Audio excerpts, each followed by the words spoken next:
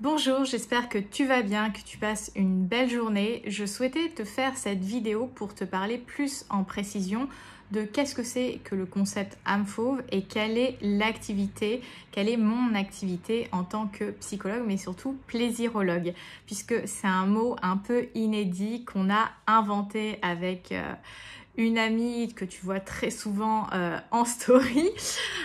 Donc en fait... Pourquoi le mot plaisirologie, plaisirologue? Déjà, je trouve ça hyper fun, c'est quelque chose de nouveau.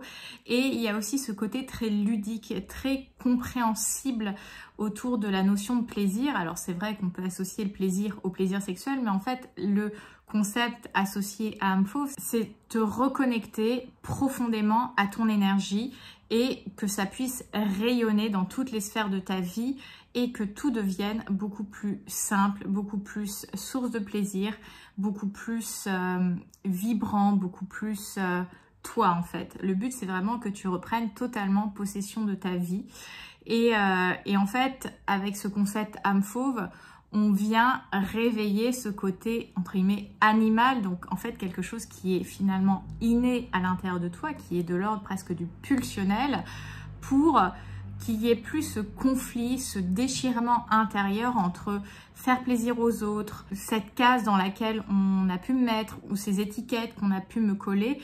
Et c'est incarner tout simplement qui tu es vraiment sans compromis. Et comme je le dis souvent, le lion, il ne se pose pas la question de sa crinière, est-ce qu'elle est trop ceci, pas assez comme ça.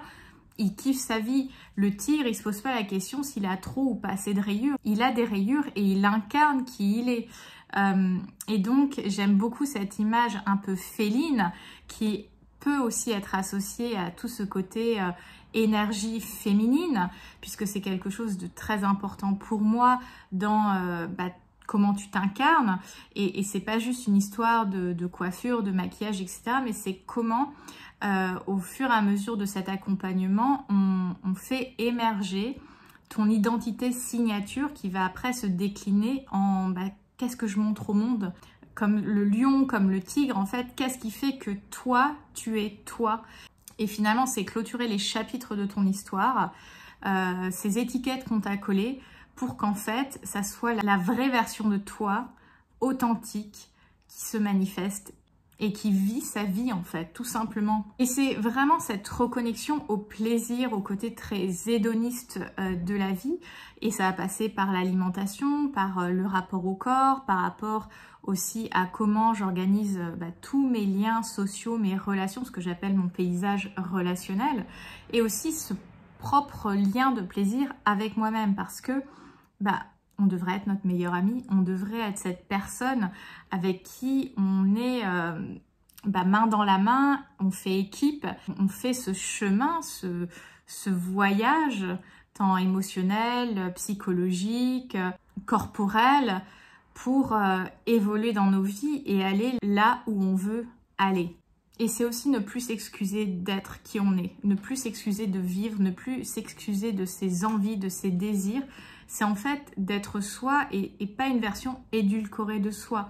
C'est être vraiment dans sa vérité, dans son authenticité. J'aime bien dire que la vie est un jeu, pas une pièce de théâtre. Le seul rôle à jouer est le tien. Et c'est comment tu joues pleinement ton rôle à toi, qui tu es, dans ta singularité, dans ton identité la plus authentique, la plus profonde.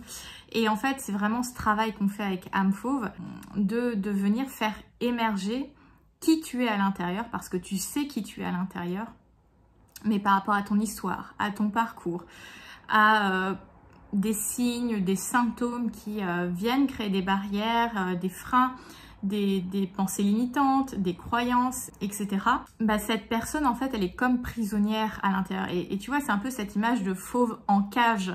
Et moi, j'aime bien dire que je libère les fauves et qu'on va former un gang de fauves où en fait, c'est beaucoup plus que juste un accompagnement. C'est une attitude, c'est un style de vie. C'est, en fait, c'est qui tu es. Et ça ne se discute pas, ça ne se négocie pas, c'est être dans l'être, parce qu'on est toujours très forte à faire des longues to-do list, à checker, etc. Mais à quel moment tu te fais passer en priorité? À quel moment tu es au rendez-vous avec toi-même? À quel moment tu t'engages en fait pour toi? Donc j'aime dire que la plaisirologie et que le concept AMFOV c'est bien plus que des concepts, c'est une attitude, c'est un style de vie.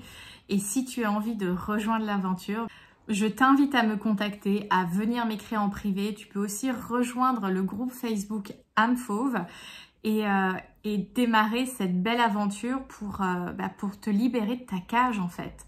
Moi j'ai envie de te voir presque pavaner dans la rue, fière, alignée, unique, vibrante, épanouie en fait. Et fauve en fait c'est ça, F pour fière, A pour alignée, U pour unique, V pour vibrante et E pour épanouie. Parce que c'est ça le but de la vie, c'est d'être fauve en fait, c'est d'être une âme fauve.